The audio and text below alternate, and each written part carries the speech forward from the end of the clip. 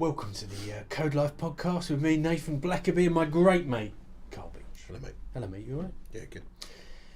So we're here again. Yeah. Podcasting. Yeah. Do you use Amazon much? You do. I know you do. Yeah. So I got people around me who hate Amazon. Really? Campaign against Amazon. Why? Ethics, tax, the demise of the small shop. Yeah. Yeah. I use Amazon. Yeah, I got Amazon Prime. You primed up. I'm primed up, man. Primed up to the eyes. Bring me those drones. Yeah. Drone me in a package. No, so yeah, I use Amazon. You know, and do I feel bad about it? I think I've no. I mean, I don't know. I mean, I don't go shopping in the high street. You mean? No, I don't go shopping. And my books are Kindle.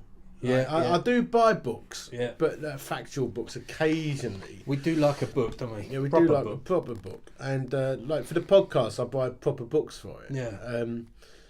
Yeah. But I gotta say, I mean, we're all busy, but I'm up early, I finish late, I'm spinning plates. It's easy to get on the old app and there we go. Instant pay. Get me some of that foot powder. For my pterodactyl feet, as we talked about last week. Yeah, there we go. Next day delivery on that as well. Yeah. Alright, so Amazon we're talking talking about. Yeah, I do use Amazon. I mean, I have to say, there is a subconscious something in me that says, could you get this somewhere else? Is there a way of doing this somewhere else? Or now, something is in me. Yeah, no, so I do shop around occasionally because sometimes I think you're getting a deal from the Amazon. Yeah. Actually, you're not. That's interesting. Yeah, because you just stop shopping around, and that is at your peril. And I do like a cheeky bargain.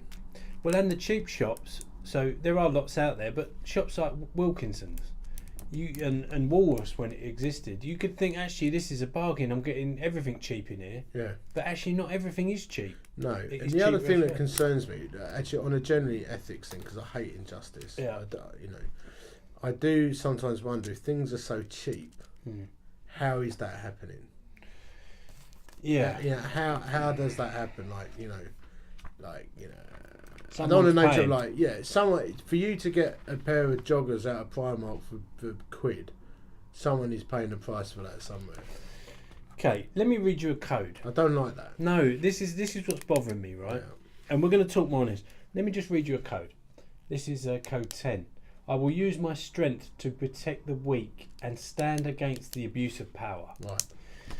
Now, I'm not here trying to chase after Amazon as this evil kind of horned beast of the apocalypse, but Amazon is one of 4 giants out there that are Google infiltrating into our lives. Yeah, so this book, right, so the 4 are, this is called The 4, The Hidden DNA of Amazon, Apple, Facebook and Google. Interesting. Yeah. Amazon, Facebook, Apple and Google. They are the big brands, and they're the big names. They're the ones that are wrestling it out. They're the bad boys. They're the bad boys. What about, no, it's interesting that Microsoft's not there. Or Nestle. Or Walmart. There's Why has he gone for those out there? Well, that's what we explore. But he's basically looking at the speed at which they've grown. Okay. Their profit, their goods, what it is they sell, their brands, their following. Do you use Apple? Yep. Have you got an Apple phone? Yep. Have you got an iPad? Yep. Have you got a MacBook? Yeah. Have you got an iWatch? I'm stuffed. No. Oh, all right. What you got there? Oh, it looks like tag, tag, mate. Is it genuine? Yeah. It's a good story behind that, actually, Good isn't it? story, yeah. Another time. But yeah, it's a gift. Yeah. So you're pretty appled up, it's fair to say. Yeah. As a family, are the Beaches appled up? Yeah. Yeah. It's interesting. So Apple is... Well, like my daughter's an artist. She's got an iMac. Yeah. My wife's got a MacBook Air because she can't work computers. Yeah. But the thing about Apple is, so I've got a MacBook. I like the aesthetics and yeah, usability. They are so easy, and they are actually better. I think. Is there something here, before we even get into the detail? Go on. Like, we don't like success, and when something gets to be proliferated like that, we're like, oh, it's evil, it ain't good. Yeah, I think there is something in that. I mean, did people say about Ford when it was the only motor car, like, it's evil, ain't good? Well, I think we celebrate size, growth, success, but then when it gets to a certain level, we see it as a monster, and it's taken over. Yeah. And we don't like the big establishments. No. That's interesting. Yeah, we rile against it. I mean, what's the rival to Google? Yahoo? I mean, it's tiny. It's gone, compared isn't it? to- I don't know. I think it's still. What about teletext? Is that still a thing? CFAX, See facts. Bamboozle, the old quiz. Did you ever book a teletext holiday? No, I tried to. I did try Pressing years the- ago. Pressing green, yellow, Yeah. blue, trying to That's make your it. booking. And years ago, what about Sony? They dominated the CD and the Sony? DVD, but it's all yesterday's stuff, isn't it? It feels it, doesn't it? What about Facebook? Are you entrenched in Facebook? No, actually, I've got to tell you what I feel about social media. Go on. Don't actually like it anymore. I use it because I like the interaction with people, Yeah. and we can put our messaging out there.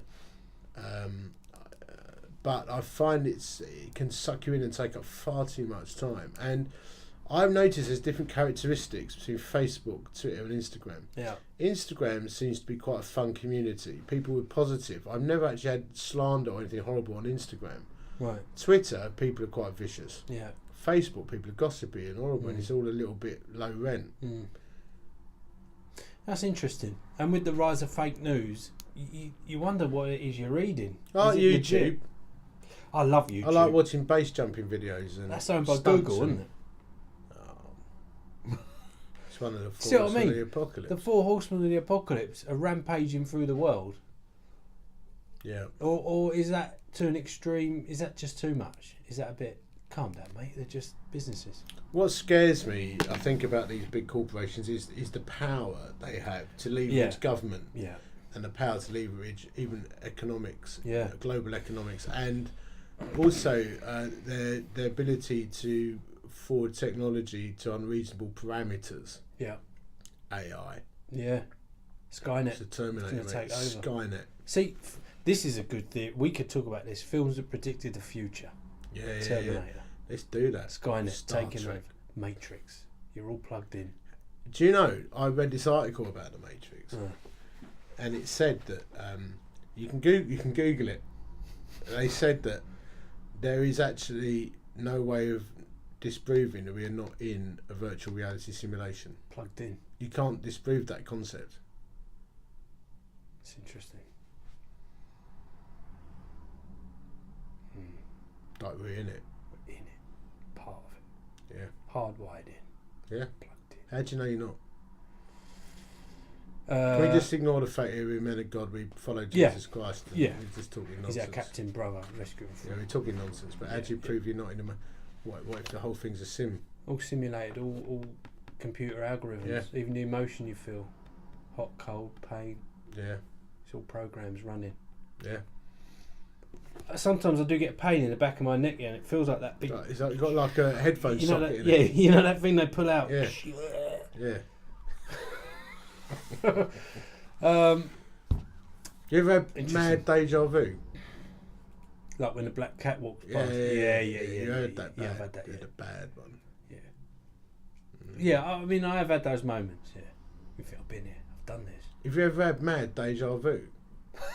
What, like the black cat one? Yeah. Yeah, I have it sometimes. Anyway. Mad ones. Back to the book. Yeah, we haven't got in the we book. haven't even opened it yet.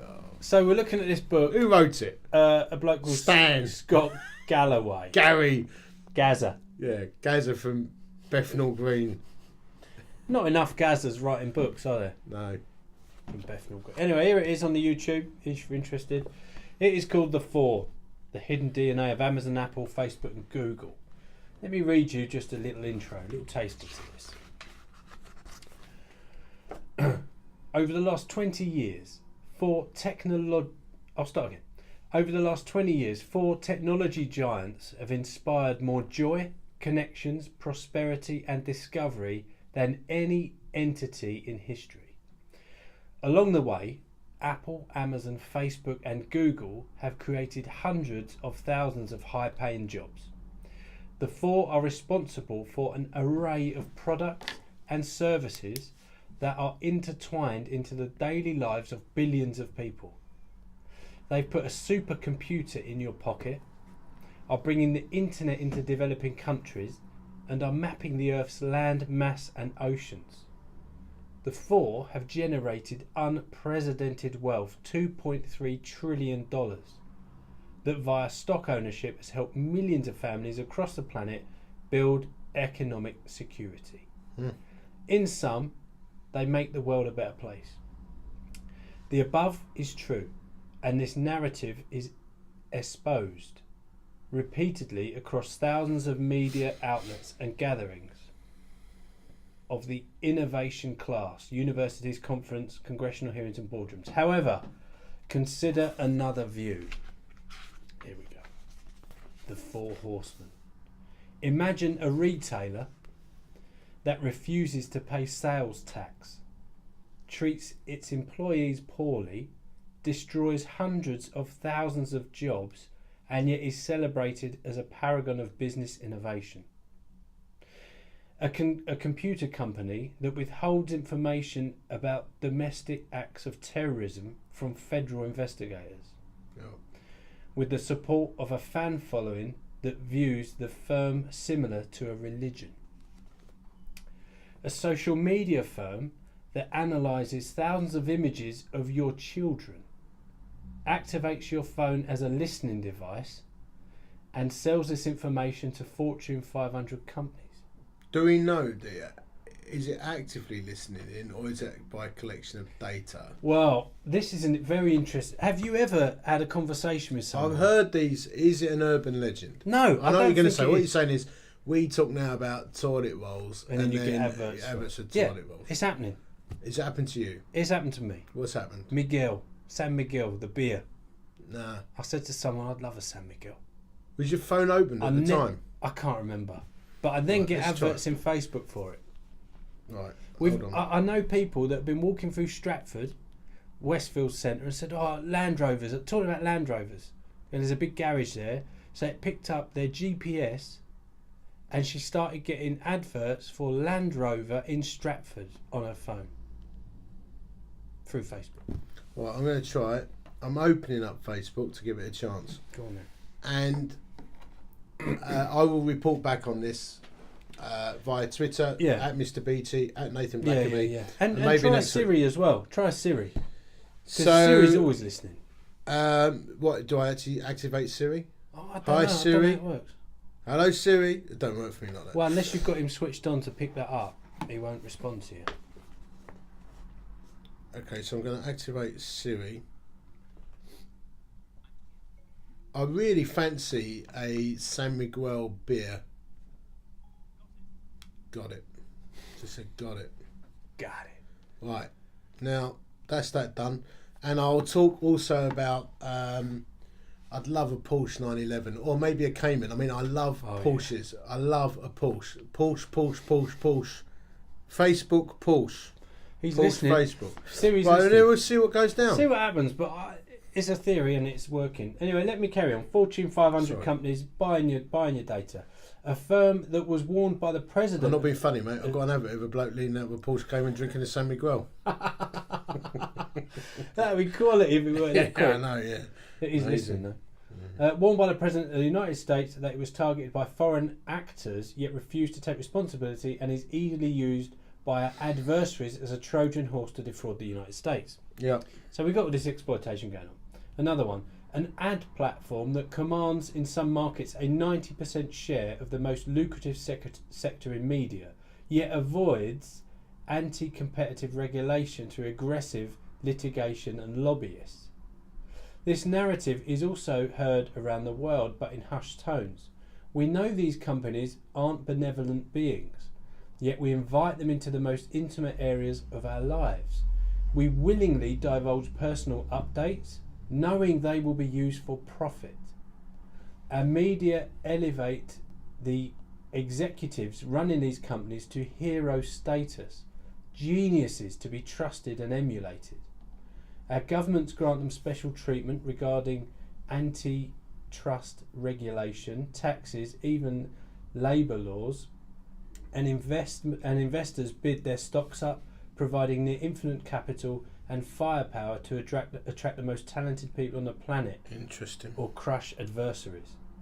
Interesting. So, I'll just read a bit more and we'll chat about this. So, are these entities the four horsemen of God, love, sex and consumption? Or are they the four horsemen of the apocalypse? The answer is yes to both questions. I just call them the four horsemen. How did these companies aggregate so much power? How can an inanimate... Hello? Sorry about that. Let me just go back.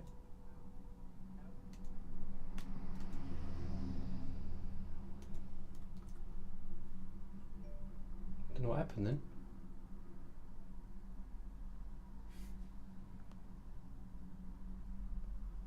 We're nearly finished on this reading. It's fine.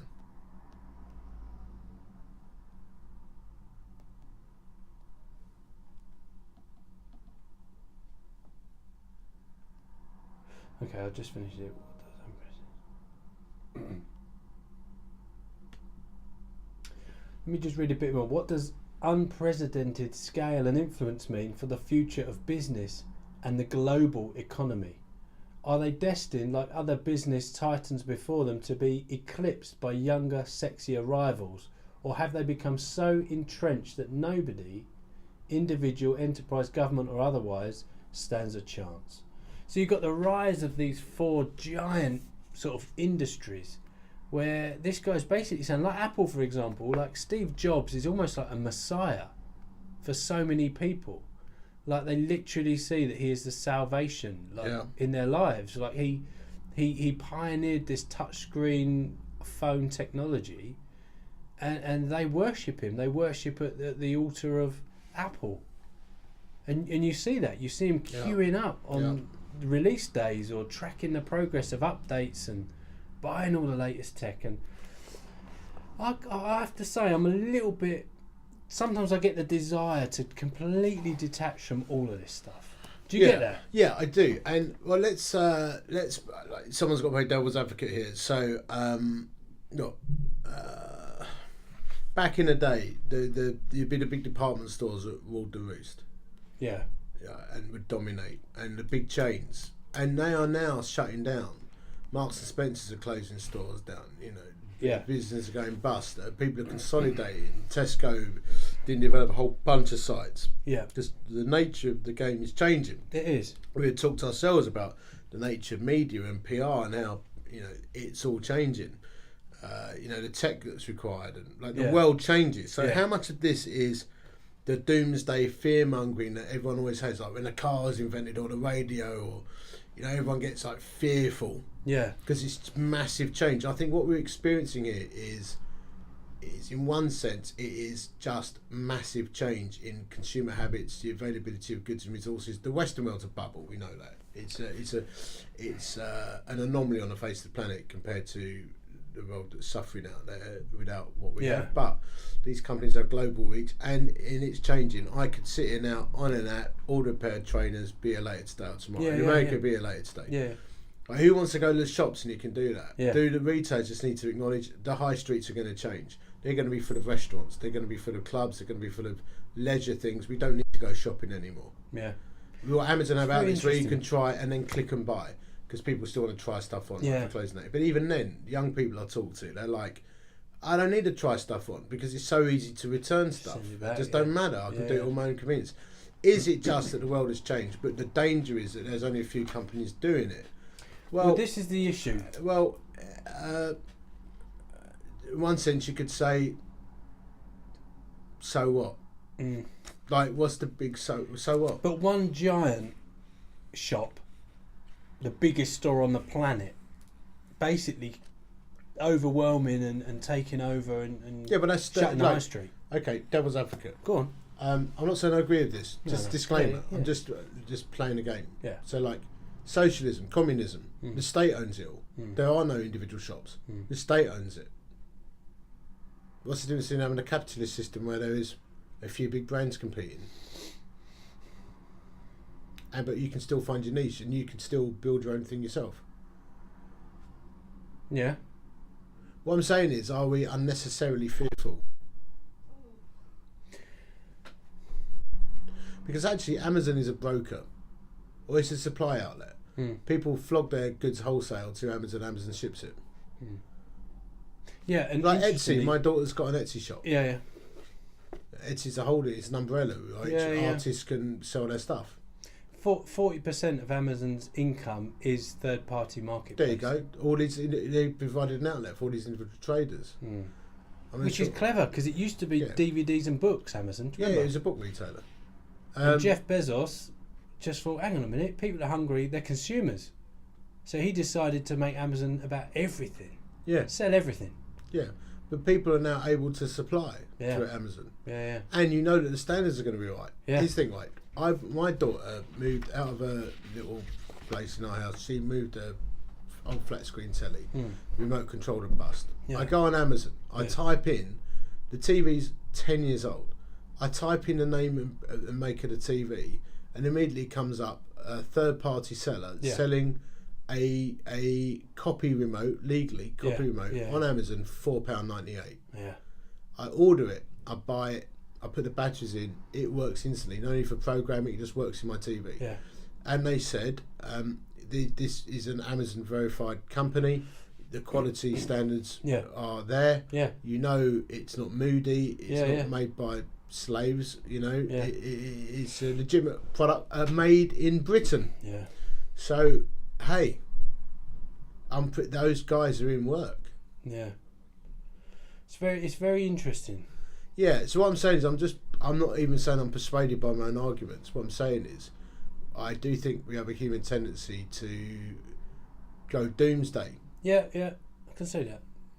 Interestingly, Google are a little bit worried about Amazon because they're all fighting to be this $1 trillion business. Yeah, right. So Google are worrying because 55% of all product search is done in Amazon.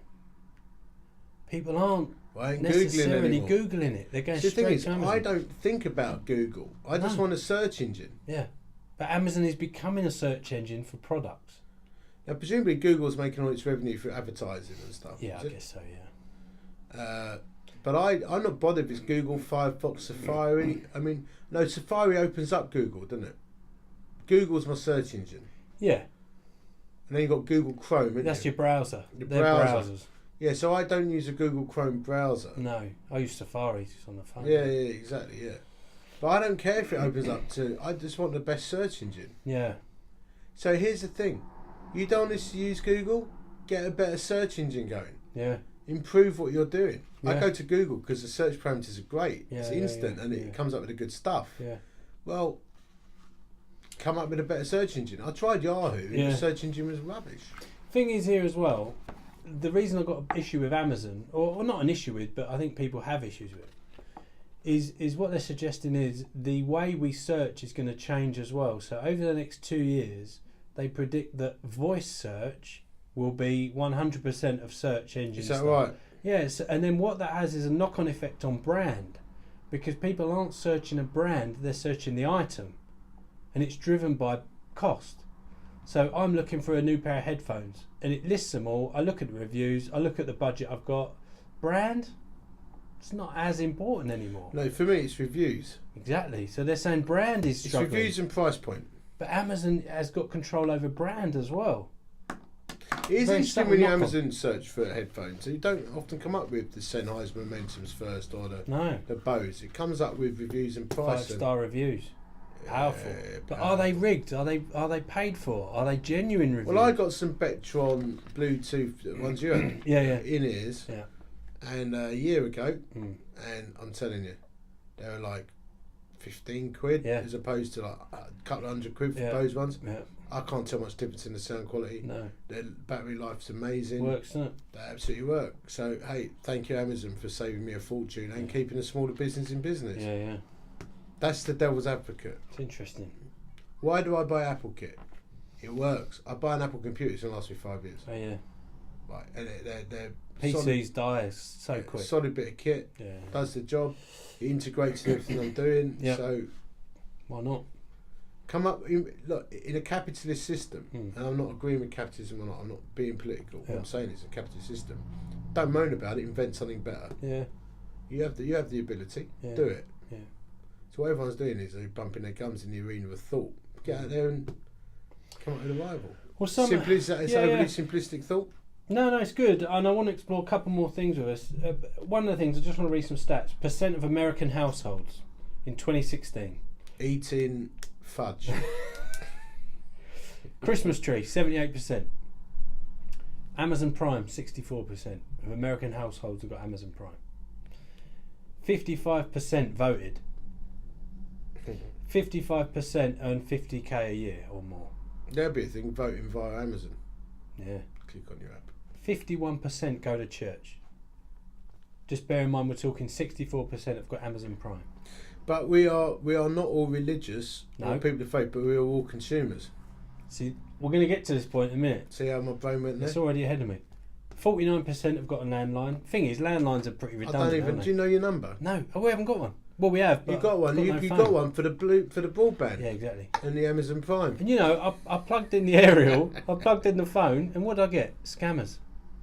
Yeah. Got scammers, and one bloke, I knew he was scamming me, so I scammed him, wound him up. And so you just use a phone line for. We haven't even got it plugged in. You got your router plugged in. Fibre to the house, but my phone, we haven't even got a phone plugged in. Yeah, I've got fibre to the house. I've got my phone plugged in, but you never go. If it goes off, ignore it. Yeah. We're like, no. The only person who phones me on that is my mother-in-law. Yeah. There you go. It's old school. 30% of American households have got guns. 64% Amazon Prime.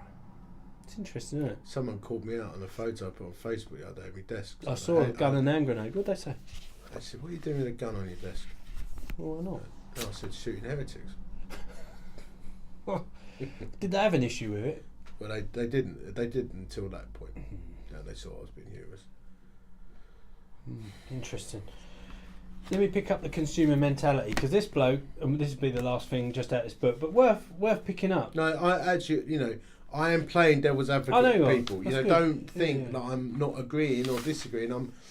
I just want to challenge the view. I mean, it's a New York Times bestseller, so it's obviously a compelling case. Yeah, and Jeff Bezos, did he sell it on Amazon? 40 billion. Did he sell it on Amazon? Yeah. Google it, see if it's on Amazon. It is. And you can read it on your Apple Kindle. Yeah, see what I'm saying? Yeah, I see what you're saying. I bet he's marketed it on Amazon. I bet he's got an Amazon author page. He probably has. Yeah. Yeah. Let me read this to you, because this is interesting. Hunters and gatherers. Now, what this book is going on to say, basically, we're not going to cover it now, but if you get a copy, he's talking about the kind of DNA of men and women caught down in is this hunter-gatherer consumer type drive. Right, is this a replacement of the hunting gathering? Yes, and Jeff Bezos has tapped Very into that. evolutionary. Yes, and he's arguing that Bezos came along with this as e-commerce was bursting, and he just tapped into people's consumer mentality. Instant delivery. I want it now. I don't want to wait. I want all the choice. I want the best price, and I don't want to leave my sofa. So e-commerce has helped Bezos become the richest man in the world. Fascinating. 140 billion he's worth. Old Gates is at 91 billion.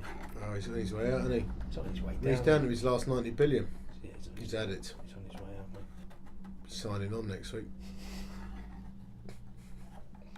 Let me read this to you. Hunters and gatherers. Hunting and gathering, humanity's first and most successful adaptation, occupies more than 90% of human history. By comparison, civilization is little more than a recent blip. It's less awful than it sounds. Paleolithic and Neolithic people spent just 10 to 12 hours a week hunting and gathering the food they needed to survive. The gatherers, in most cases, women, were responsible for 80 to 90% of the effort and yield. The hunters mostly provided extra protein. Yeah, so men and women roles. This is coming from the book. This isn't my personal thoughts. This shouldn't be surprising. Men tend to be better at evaluating at a distance, where prey is first spotted. By comparison, women are typically better at taking stock of their immediate surroundings. Gatherers also needed to be more thoughtful about what they collected. While a tomato couldn't outrun her, the gatherer woman still needed to develop the skills needed to assess nuances such as ripeness, colour and shape for signs of edibility or disease. The hunter, so the man by comparison, needed to act fast when the opportunity for a kill presented itself. There was no time for nuance, just speed and violence. Once the prey had been killed, the hunters needed to collect the merchandise, get it home pronto, as the fresh kill and even themselves were both attractive targets. Just going to read a little bit more. Back to the book. Observe how women and men shop, and you'll see that not much has changed. Women feel fabric, try on shoes with a dress, and ask to see things in different colours. Men see something that can sate their appetite, kill or buy it, and get back to the cave as fast as possible. For our distant ancestors, once the catch was safely back at the cave, the pile never seemed high enough. Famine threatened with every drought, snowstorm or pestilence, so over-collecting was a smart strategy. The downside of too much stuff was wasted effort. The downside of under-collecting was death from starvation. Humans aren't alone in their compulsion to collect. For males of many species, many animal species, collecting translates to sex. Now this is interesting. Consider male black wheat ears, avian residents of dry and rocky regions in Eurasia and Africa. They hoard stones. The bigger the pile, the more females are interested in mating. Like most neuroses, it starts with the best of intention and then goes off the rails. Every year there are scores of news stories of people being dug out from stuff that collapsed on them in the discomfort of their own home. So he's basically picking up this thread here. So he's coming from Scott Galloway, the book before. He's basically trying to suggest that inbuilt in us as men and women, different in those roles, we've got the hunter and gatherer pattern or characteristics that is no longer suppressed. It is fueled through things like Amazon, and we are still hoarding en masse because in some way, the more stuff I've got, it is more attractive. It puts my and the other status thing up. is, I think that could be a thing, but also it's so easy to go on your app and just click buy. Too easy. Too easy. And that is the path of least resistance. That's I what just fancy that. Don't have to go to the shop anymore. Make an effort. I fancy that. I'll turn up my door tomorrow. Yeah. I fancy that set of colouring pencils. What I don't need. Yeah. Yeah. The hunt and the kill has become so easy. It's effortless. Yeah. Very interesting. So what's that called again? It's called the... This is called The Four by Scott Galloway. So, mate, my question in this is we've talked about the issue, talked about the problem. Is there a narrow path that as Christian men there is. we need to navigate? Yeah, and it's called simplicity. Isn't that what the Pope said? Or was it the Queen? Someone recently said, two very different people. No, live a simple life. I think live a simple life. Well, the Bible said it. Paul said. Oh, more importantly, the Bible said it. Yeah, Paul said, make it your ambition to lead a quiet life, work with your hands. Yeah. Yeah, simplicity. I think we should probably all go on a minimalist exercise. Take stuff out we don't need. I'm actually doing that in my study at the moment. Every week I'm getting rid of more and more stuff. Yeah. Clearing it out. We're doing it in our house. You know, we're clearing stuff out. Yeah, your house is minimalist actually. It is quite. We don't have a lot of stuff. And, you know, our sofas are old. I mean, it's all smart in there because we did the reconditioning. The thing is, as well, this is not a criticism. You're in a different phase, aren't you? You know, you're not empty nesting quite yet, but you're on your way. Pretty one's gone, yeah. Well, it's all 1.5. But mine's chaos. Kids stuff everywhere, and kids like babies. We ain't got on babies. that note, so let me stuff. just say, my friend, a great YouTube channel you've developed called Big Dad Creates. Oh, you don't have to promote that, mate. Oh yeah, great. Nice Big Dad Creates, yeah. And Nathan's getting all this stuff, recycling stuff and making rockets and cars with his kids rather than sit in front of Fortnite or... Well, my kids, they love YouTube. And there are channels with millions of subscribers where they're opening toys and then cutting them in half. Or opening toys and just looking at them. It's like, it doesn't create the value and worth that I want my kids to know. So we're making stuff out of recycling. Big Dad Creates. Yeah. Very good. But we need to guard against this stuff, don't we? And I think as well, if you're a guy out there who is quite impulsive and buys and buys and buys and feels that lack of control, that could be something where you create accountability with a mate and say, look, every time I'm going to buy something, I'm just going to text you and I need you to say, do you really need this? Here's the thing. Instead of buying that thing you don't need, give the money to the poor. Yeah. Up your tithing, up your giving. Just do it. Don't think about it. That's what I've done. You shouldn't be talking like this, should be. But what I've done is up my giving to a point where I've got less surplus cash. Yeah. Yeah. But you challenged me actually on giving at one of our conferences. Yeah, our autumn conference. We call it Hope and Purpose. We're doing it again this year. Hotel job. It's lovely. 200 blokes. It's not a big event. Beef was. Oh my word. Yeah, it melted in the mouth, innit? Because some blokes love the gathering. The camping, like the camping, the tents. Some guys like red wine, a fine cooked hotel. steak. I mean, I'm one of them guys. You're all things to all people, mate. All things to all people. But yeah, you challenged me and you showed me on your phone. I know you don't mind me saying this, but you kept a log of what your giving is. What a spreadsheet, yeah. And it wasn't an arrogant thing. It was just like, so you know what you're giving. Well, you asked me the question, how do I do it? Yeah. So I said, here's my spreadsheet. I keep a log of, and I try and stay ahead of a certain percentage. Yeah, and I like that. Because it's actually, there's some thought to it. It's not just chucking coins in a collection. No. It's am I it's giving well? It's also good to keep a record for the tax return. Yeah, that does. But I do, it's actually the main motivation is am I give... so I've got me regulars. Yeah. I've got me one-offs. Right. Well, I think that's great. I've got a target, like one-off giving I'll give to CVM, or one-off giving I'll give to the Edge Trust and stuff like that. So I think what we're saying is you strike a balance. Strike a balance. You've got to live in the world stuff's still, alright. Stuff's alright, but here's the thing. Here's a tip. If you are coveting something, wait. If that desire is in you, wait. Give it a week. You might find the desires left because you can get fixated on something. You get target lock. You get target lock on items. Yeah, unlock the target. Click it off. Just wait. Wait. Give it time. I'm like that with cars on Auto Trader. Motorbikes for you, mate. Motorbikes. Keep looking. I set a budget. I always go over it. Do you still want to buy my motorbike? Yeah, I would like it. You've got a lovely VFR. I can't afford it. That's the truth. All right. We'll talk offline then. We'll talk offline. I'll try and persuade you. And I would love a Fireblade still. Yeah, it ain't sensible though. You'd die. Yeah, that's probably true. Yeah, I had one once. VFR's better. Because we are talking about a little cruise, aren't we, to France this year, France, September. Yeah. We've done it before a few times. It's sort of a retreat, really, isn't it? It is a bit. Get on the bikes. Go over to France, see some sights. Go on the tunnel, don't we? The train under the sea. A couple of beers, some good food, a bit of prayer chat. We have done that. Yeah, it's good, man. Remember good for the soul. Was it Ypres or Belgium? Belgium is Ypres, isn't it? Yeah. We went there and we sat out in the market square. That's it. Lovely. And what was that beer we had? Not Leffy, it was another one. Duvel.